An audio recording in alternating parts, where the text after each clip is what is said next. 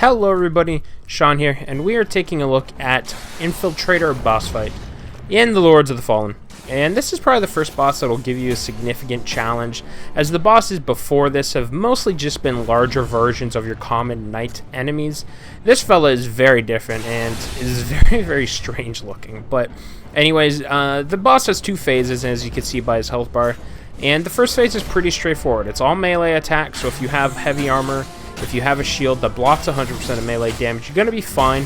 You could just go in here, block the damage, get a couple swings, and you can see I'm using a bit of a slower weapon, which puts me at a slight disadvantage. If you've got a faster weapon, it probably will help you here.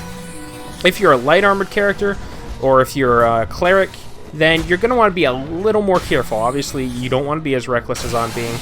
His attacks do hurt quite a bit, and you're going to have to rely on your dodging a lot. His pattern is very easy to manipulate.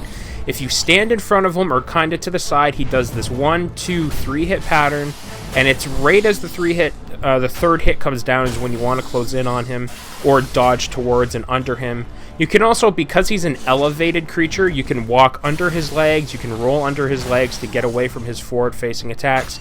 Take a couple swings, and then you can roll away.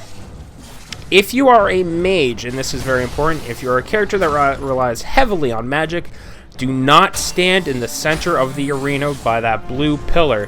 It drains your magic when you get near it, and it drains it fairly quickly, so you have to stay on the outside. You can see, even though I'm not a magic character, I do rely on a spell during this fight, and you'll understand why shortly.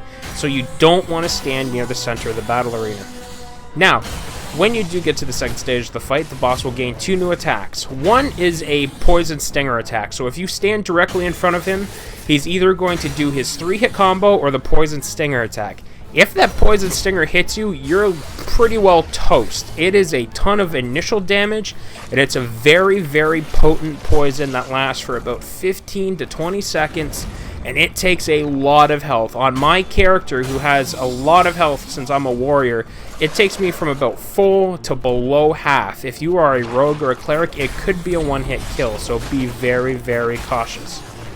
The next attack he gains is this one. You'll see he'll occasionally throw out like these fleshy pods, and then eventually he will go stand over them. He starts kind of eating them, absorbing them to gain back some of his health.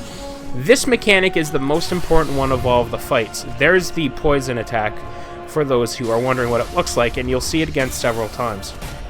But the fleshy pods, so what he'll do is randomly throughout the battle, he'll throw out these flesh pods, and then eventually he stands over them, and he'll start eating them to kind of regain his health. If you can go over to them and smash them, and he will not be able to regain his health, which is good. However, if you stand too close to him while he's doing this, you will take damage as he kind of like radiates out this damage aura. So it's kind of a risk-reward. You could smash the flesh pods, stopping him from getting health, but you're gonna kind of take some damage in the process. To add to this risk-reward system, if he is standing over a bunch of them, when you smash them, you may notice they kind of burst.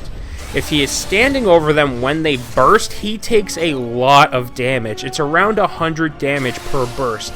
So you'll see what I do is, because my character being the warrior and I have the brawler magic spec, is I have this spell charge, or raid, I think it's charge, where I push forward a magical projection of myself, as you're going to see right here, and I use that to detonate all the flesh pods.